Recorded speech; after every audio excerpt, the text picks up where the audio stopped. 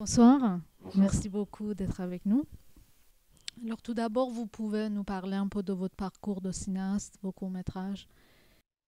Euh, j'ai un parcours qui est assez chaotique sur le court métrage.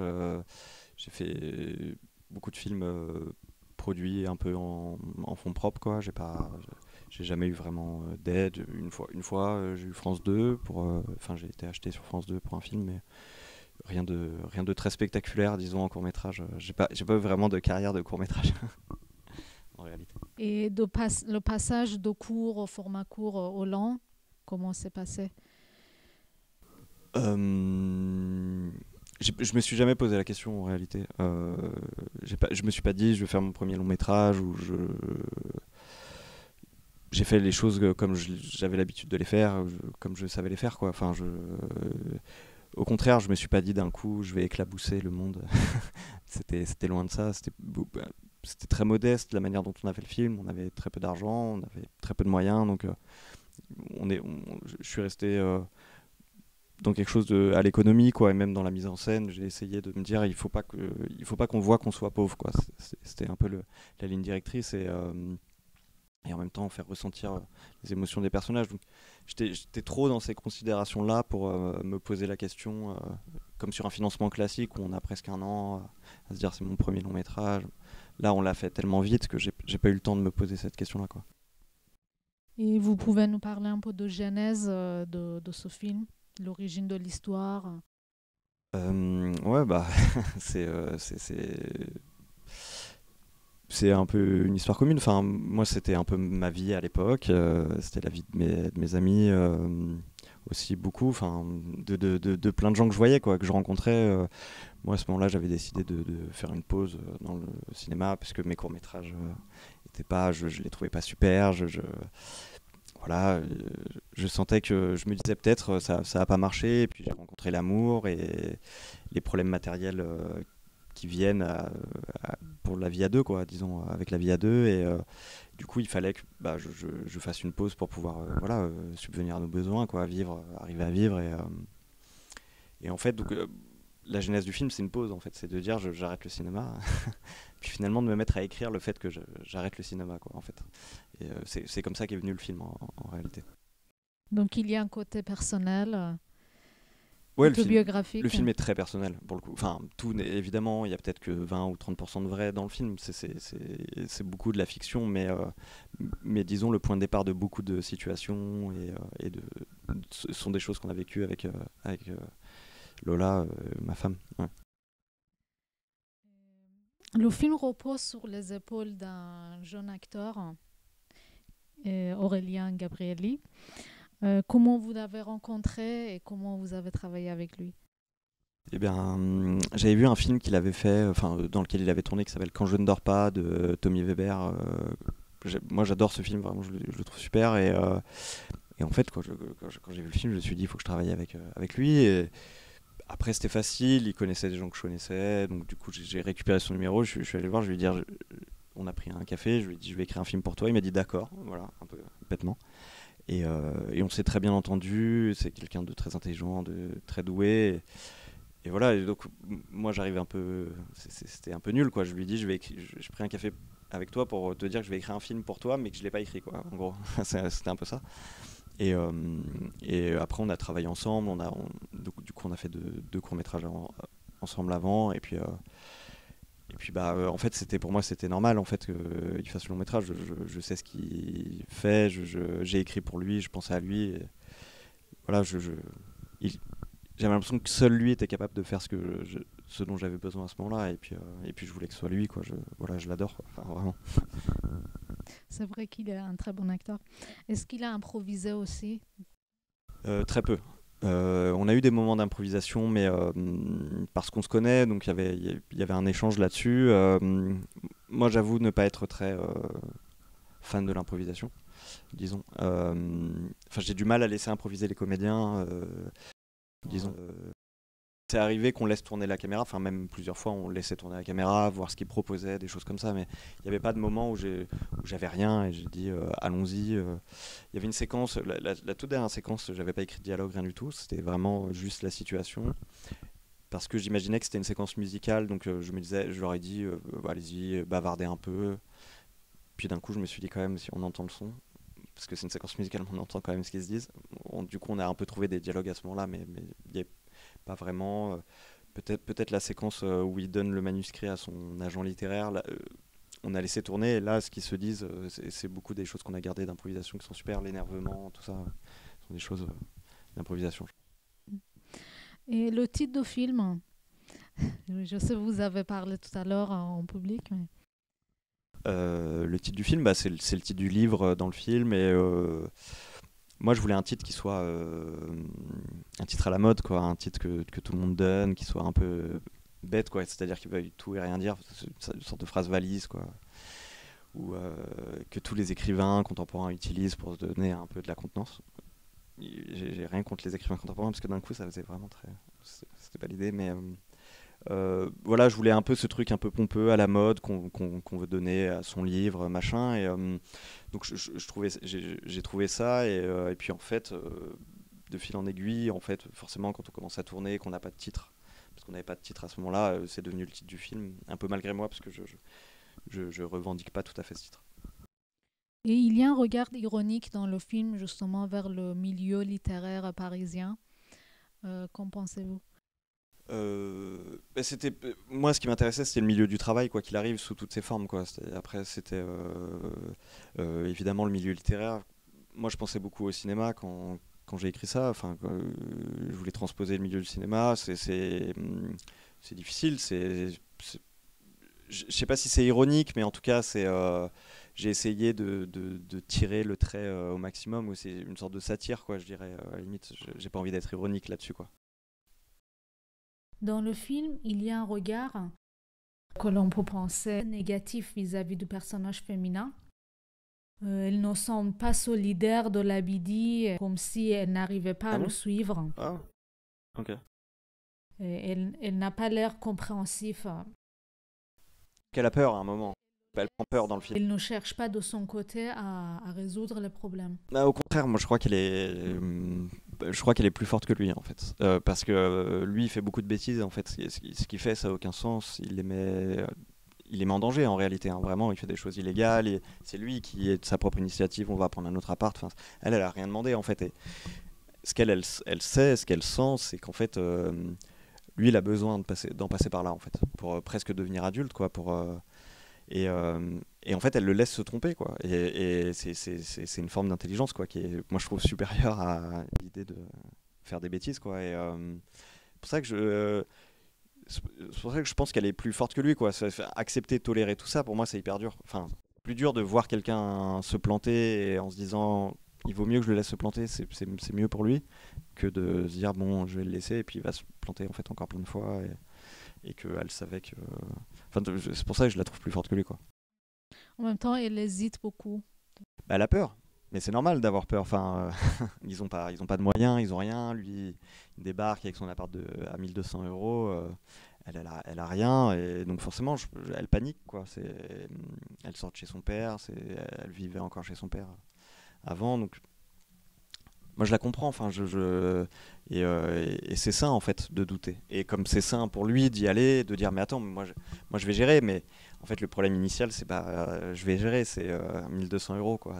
T'as trouvé un appart qui coûtait 1200 euros. C'est en fait très courant à Paris en fait. Enfin, c'est vraiment la majorité des loyers qui coûtent ces prix-là, mais je comprends en fait qu'elle ait peur. Et c'est pour ça je dirais pas qu'elle hésite. Je pense qu'elle hésite pas dans son amour ou quoi, mais l'amour doit pas empêcher de vivre en fait en réalité. Et c'est ça que je voulais mettre en avant avec ça, avec cette séquence-là. C'était dire en fait la vie matérielle peut avoir a un effet violent sur l'amour, même quand on pense que l'amour est plus fort, et ce genre de choses.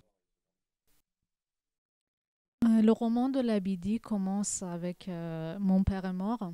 Donc il y a peut-être une référence à L'étranger de Camus. Je suis pas écrivain, et du coup voilà, je sais pas, plat du pied sécurité, ouais. Enfin, je sais pas, je me suis dit il faut être sur ses acquis. Moi c'est l'un des premiers livres que j'ai lu, donc qui m'a marqué très fort, je pense comme tout le monde, hein, en réalité. Voilà, enfin son père est mort, donc il en parle, quoi. Après c'est Abdel Attaya qui a coécrit le- le- les voix off et donc le livre de Labidi.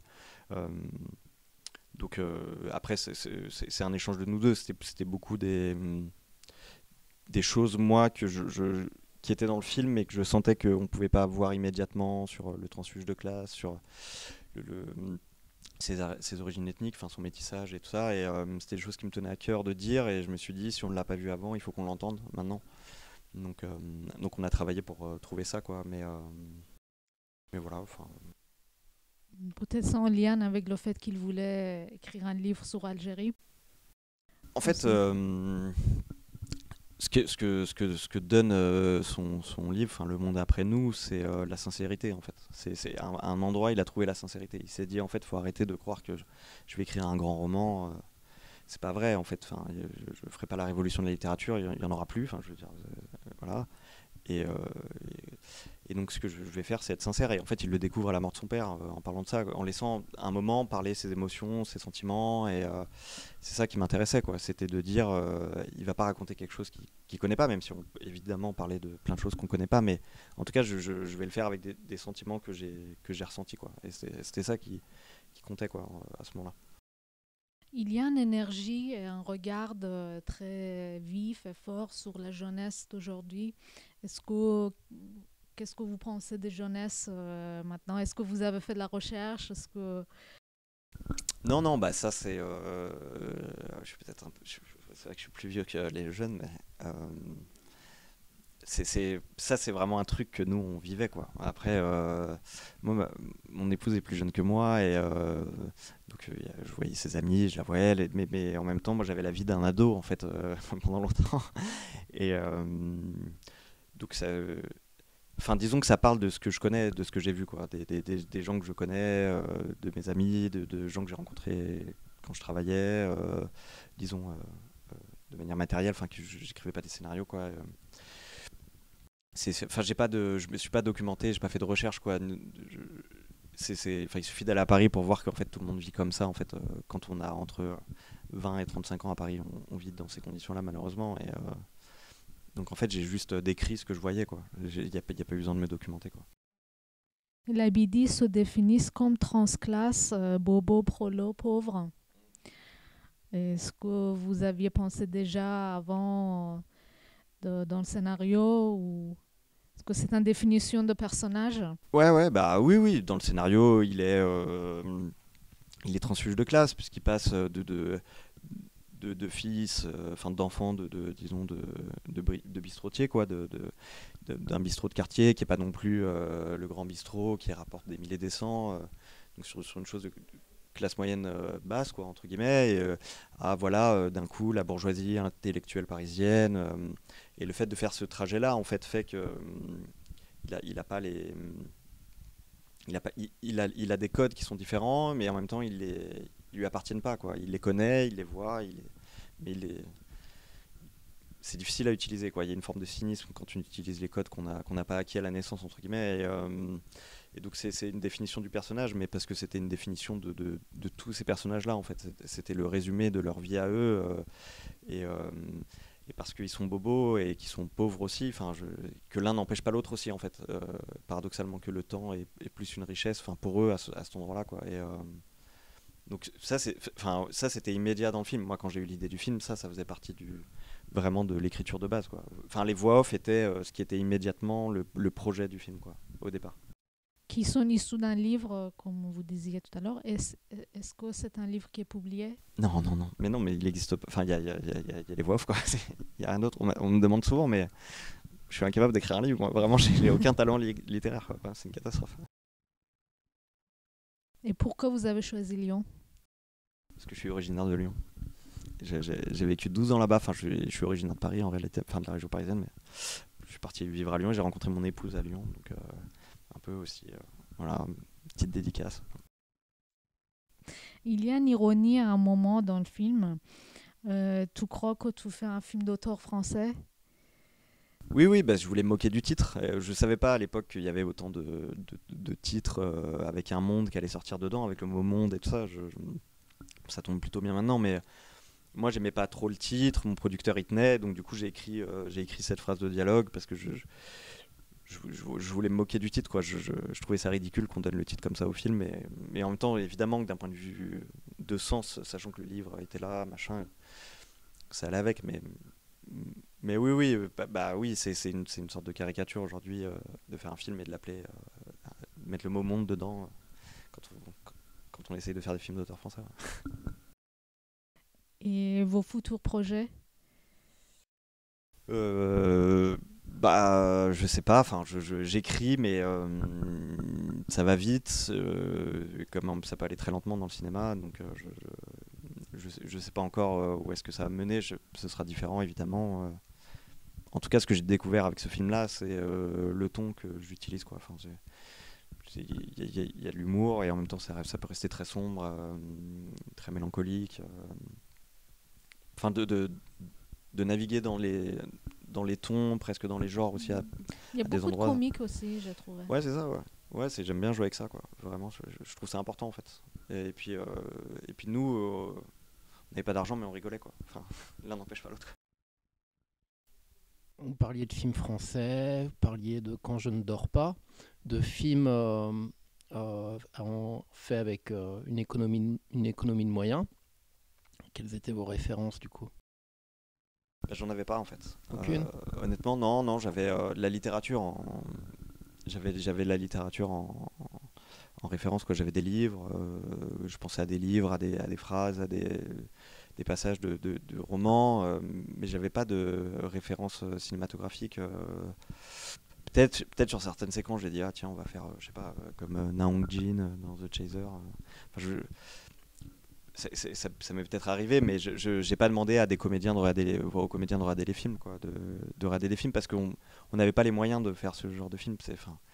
Ça aurait été une erreur, quoi. On aurait essayé de reproduire quelque chose qu'on pouvait pas faire, et le meilleur moyen d'apparaître pauvre quand on n'a pas d'argent, c'est de faire croire qu'on est plus gros que ce qu'on est, quoi. Et ça, je voulais pas du tout, quoi. Je veux dire, quand on va au cinéma, on va voir un film, quels que soient les moyens qu'on a déployés, donc je me suis dit, il faut absolument pas qu'on ait l'air de pas avoir d'argent en faisant ce film, enfin que le film n'ait pas les mêmes moyens qu'un film à côté qui est diffusé en même temps, quoi. Cherchez à travailler avec votre producteur justement une esthétique particulière ou une forme que vous aviez dès le départ et que vous avez cherché à appuyer? Bah, moi, évidemment, j'avais des principes de mise en scène. Je voulais que le film soit pas mal à l'épaule. Je voulais un truc de fébrilité sur le son. Je voulais que Paris soit très agressif. J'avais évidemment des principes comme ça. Mais quand on n'a pas grand-chose et que... moi, disons que j'avais décidé que le principe de mise en scène, c'était les comédiens, quoi. On était au centre des comédiens. Si notre découpage ne marchait pas, ou qu'on ressentait pas, ou qu'on n'était pas avec le personnage à ce moment-là, on changeait la manière de faire. Donc on faisait des mises en place, je les regardais jouer, on les regardait faire, et puis finalement, si on s'était dit tiens, on va faire un panneau ou un plan fixe à cet endroit-là, tiens, passe à l'épaule, on va se rapprocher, change de focale, machin. On s'adaptait en fait à ce qu'on voyait. Le but, c'était de retranscrire une émotion, quoi. Et donc c'est ça qui comptait, quoi. Et comment vous avez travaillé avec votre chef-op et qu'est-ce que vous lui avez demandé du coup comme type d'image? Le moins pire possible. On avait une Blackmagic, on a filmé à la Blackmagic, donc l'image n'est pas très marquée. Moi, c'est plutôt en fait dans les décors et les costumes que j'ai demandé des choses. Enfin, je leur ai dit, je veux des choses plutôt pastel. Je veux des couleurs qui se rapprochent en fait de l'imaginaire romantique, quoi. En gros, mais romantiquement, quoi, sur le côté un peu de l'amour dépressif. Donc beaucoup de bleu, mais assez passé. Je voulais pas de couleurs très vives. C'est plus à eux que j'ai demandé, que j'ai eu un parti pris esthétique. Avec le chef opérateur, en fait, on n'avait pas grand-chose, donc c'était compliqué. On faisait avec les moyens du bord, quoi. Évidemment, plutôt longue focale, plutôt sur des plus vieilles optiques où on cherchait les aberrations pour essayer de donner un style à l'image, mais lui, il avait pas d'assistant, il était tout seul. Moi, je faisais le point sur la moitié des séquences. Enfin, à ce moment-là, les ambitions qu'on a, c'est surtout la mise en scène, en fait. C'est surtout les comédiens, parce que il faut faire oublier l'image dans ce cas-là. On sait qu'on sortira pas d'images sublimes ou ce genre de choses, et on se dit, mais en fait, c'est une histoire que je raconte et on va raconter cette histoire, quoi, avant tout. Le film, il a déjà été projeté en festival. Vous pouvez nous parler un petit peu de l'accueil qu'il a reçu? Très bon accueil. Enfin, c'est surprenant. Ouais, c'est surprenant le premier festival, c'est la Berlinale, qu'on a réussi à faire en physique en plus, parce qu'il a été il y a eu deux parties en fait à la Berlinale. Il y a eu la version en ligne pour les professionnels et une version plein air en fait pour le public. Et donc du coup, nous on était invités à ce moment-là à la version plein air et très impressionnant quoi. Berlin en été avec 600 personnes dans un jardin qui regardent sur un grand écran le film. Et, ça c'était super. Non, globalement, j'ai rien à redire sur le. Enfin, c'était à chaque fois, quel que soit le festival, c'était super et le public était hyper réceptif et à des endroits où j'avais peur qu'il ne le soit pas. Enfin, je me dis c'est un film français, parisiano-centré, mais en même temps, je vois bien que Lyon, Bordeaux, tout ça, vivent les mêmes choses que nous. Et donc forcément, j'avais peur que ça soit pas compris. En fait, au contraire, ça a été hyper compris et beaucoup de personnes m'ont dit mais nous on vit la même chose ici, c'est terrible, machin. Enfin, voilà, qu'on n'était pas seul. Et comment le film il est arrivé à la Berlinale? Vous aviez des gens qui vous ont aidé peut-être? Mais non, mais on avait rien du tout. C'est-à-dire qu'on était on n'était pas des amateurs parce qu'on travaillait tous là-dedans ou en tout cas qu'on avait tous. Enfin oui, on avait tous le pied dedans. Le producteur avait déjà produit des films machin, mais il avait produit des courts-métrages, donc dans le long-métrage on ne connaissait personne. À ce moment-là, lui, il fait comme quelqu'un qui ne sait pas, donc il inscrit le film sur la plateforme, il paye 50 €, non 150 € je crois pour un long-métrage en plus. Et puis on attend la réponse et donc nous on n'y croyait pas. Enfin moi, il m'avait dit ça, je lui ai dit bon, arrête, c'est n'importe quoi. Tu sais, parce qu'il y a un côté, il faut expliquer qu'il y a un côté très politique au cinéma en fait. Les gens appellent pour nous, disent j'ai vu ce film, il est super, faut que tu le regardes, machin. Et donc là, on n'avait rien, donc vraiment comme des amateurs. Et en fait, ils ont regardé le film, quoi. Et puis ils ont beaucoup aimé le film, donc du coup, ils l'ont sélectionné comme ça, quoi. Vraiment tout simplement, quoi. Là, le film il sort en salle. Est-ce que vous avez des objectifs avoués ou un seuil de rentabilité peut-être?